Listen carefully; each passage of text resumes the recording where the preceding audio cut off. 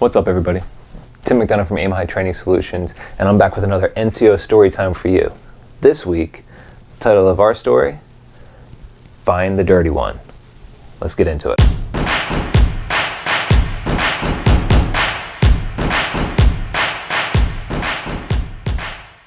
So, several years ago when I was still a new airman, I moved from my first base in Utah to my new base in New Jersey. I was still relatively new. I was still in what we call our upgrade training. I was getting certified in all my tasks, becoming proficient in the career field, and really just starting to get the hang of how to operate or how to be effective in a maintenance environment.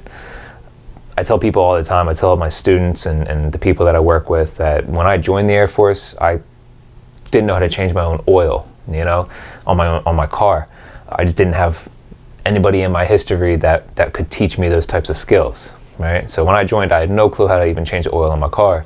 And today, I'm a certified diesel mechanic with EPA universal regulations and HVAC and jet engine, and I could tear down a diesel engine and rebuild it, without the book in front of me at this point. Back when I first came in, I was still learning the ropes of all these skills that I have now. And when you're new, you're really trying to find those people to cling on to, those people that can show you the ropes, show you the job, show you the ins and outs and the best practices of how to get things accomplished.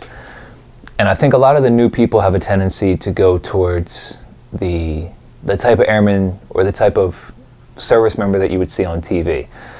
That real professional image looking one, the one with the perfect boots, perfect pants, perfect top, everything's pressed, everything's clean, perfect shave, perfect hair, all that kind of stuff.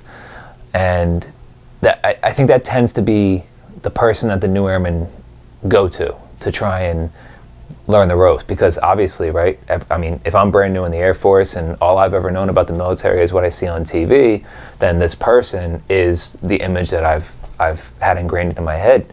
So obviously I'm going to go looking for them and try and figure out all the information that they have, right? But keep in mind, I said I work in a maintenance environment. So if you're like finance or services, or you work at the medical group or anything like that, those are all really important jobs in the military. And the professional image is going to be critical in those environments. You don't really do anything on a daily basis that's going to mess up your uniform or dirty your boots and things of that nature. So it's easy to have a professional image there, right? And a maintenance environment is not like that. Maintenance, I mean, we're dealing with just dirt and grime. We're dealing with diesel engines and jet engines and nitrogen and hydro and air conditioners and just all sorts of just dirty, grimy equipment that's been around since the 70s. And we're trying to make it continue to run, right? 40, 50 years later, we're still making sure that those units are effective and can help us complete our mission. It's not as easy to see that perfect professional image in the section. But nonetheless, new guys, new girls, they're always going to go, generally, they're going to go try and find that airman, that clean one, that clean cut one. I didn't really have that same mentality though when I got there. I kind of understood. I was a little bit older, so a lot of the times you're going to hear that I have a different approach than a lot of new airmen. And one of those reasons is because I joined the military at 24. My 25th birthday I spent in the gas chamber at basic training. All right, so a little bit older, had more experiences, so I was able to I thought differently. I didn't really look for that airman. I didn't look for the clean airman. So instead, I found these two airmen in the flight. They were both senior airmen, so they'd both been around for several years, but they didn't have like a leadership role. They weren't a sergeant. They didn't have airmen that they supervised. They weren't in charge of a section. They were just two seasoned maintainers, that we call them, right? Mechanics in the Air Force. They stuck out to me as people that probably know the job very well. So I started clinging to them. I started jumping on tasks that they were doing. Hey, you doing an engine change? Can I get on that with you? Can I help? Hey, are you doing this like major maintenance action, or are you doing the inspection? Can I see how you're doing it, right? And kind of learn their best practices. And the thing that really stood out about them is that they didn't have the professional image. We work in a maintenance shop, and they came to work with their dirty boots, their uniform just looking like, oil spilled on it yesterday. Their hair's a little disheveled, right? They didn't have that professional appearance. They didn't look like they were going to be somebody that you could learn from their outward appearance, right? But you get in there and you start turning wrenches next to them, and you realize, I start talking to these guys, I start learning a little bit about them personally and what they did before they joined the Air Force and what they've done since they've been in. And turns out both of them are John Deere certified mechanics, and they received their certifications before they joined the military, and they were exceptional at just being mechanics. The only reason they joined the military is because they wanted to take the thing that they were really good at already, and they wanted to do it for their country, right? So that's all they cared about, just wanted to turn wrenches. They didn't care about promoting, making rank. They didn't care about looking good for somebody else. They didn't care about being on the cover of the magazine or winning an award or anything like that. They just wanted to do their job for their country. But if you don't give them the time, you're not going to figure that part out about them, right? So I clung to those guys. The more often that I got to talk to them, the more I learned about them, the more time I spent with them on the floor, the better I got at my job, because they were showing me like, hey, best practice right here. This is what our procedures are, and this is how we make them as efficient as possible. This is how we do it to get the mission accomplished. But not a lot of people went searching for those two airmen. As a matter of fact, leadership had a negative opinion of those airmen. Sure, they bucked the system a little bit. They didn't love the regulation of the military. They, you know, those things that we have to kind of deal with when you're in the military, the ranking structure, the organization, the leadership, chain of command, all that kind of stuff that has to exist for us to operate. They went against the grain a lot, right? And that kind of explained why they sat in the positions that they sat at after so many years. But they were fantastic mechanics. So I learned a lot from them.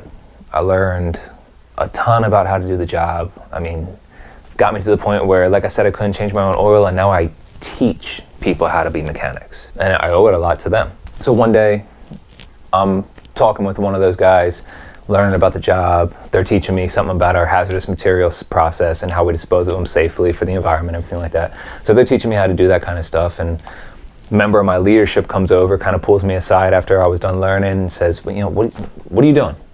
And I told him, I'm like, hey, this person is great at their job. I'm learning from them. And he's like, why are you being nice to that? That person is a troublemaker. That person is a problem. You know, they got a bad history because of this or that. Like, why are you being nice to them? Why are you wasting your time here? I thought it was crazy, right? It was like, this person is literally the one making your mission happen. Like, yes, they bucked the system. They got a lot of things wrong with them. But is it on them? Is that part entirely their fault? Or did somebody along the way fail them? So I told him, I was like, look, this person's making your mission happen. This person is the one that, at the end of the day, you get to go up to the commander and say, look at our great numbers. It's because of him, right? It's because of this person turning the wrenches, the dirty one. We got to remove our superficial level of knowing people. We got to be able to break down, hey, you look like this, you look like that. You look like what's advertised. That doesn't get you anywhere. You got to learn your people. So when I say find the dirty one, that's what I'm talking about. Find the one that can do the thing you're trying to accomplish. Find the one who's there already. They're not always going to be the clean-cut one. They're not always going to be the one with the perfect boots or the perfect suit, the suit and tie, all dressed up with the nice $100 haircut. It's not always going to be that person. Sometimes it's going to be the person in the dirt, the person in the mud, making the mission happen. They're not going to look like they're the champ, but they are.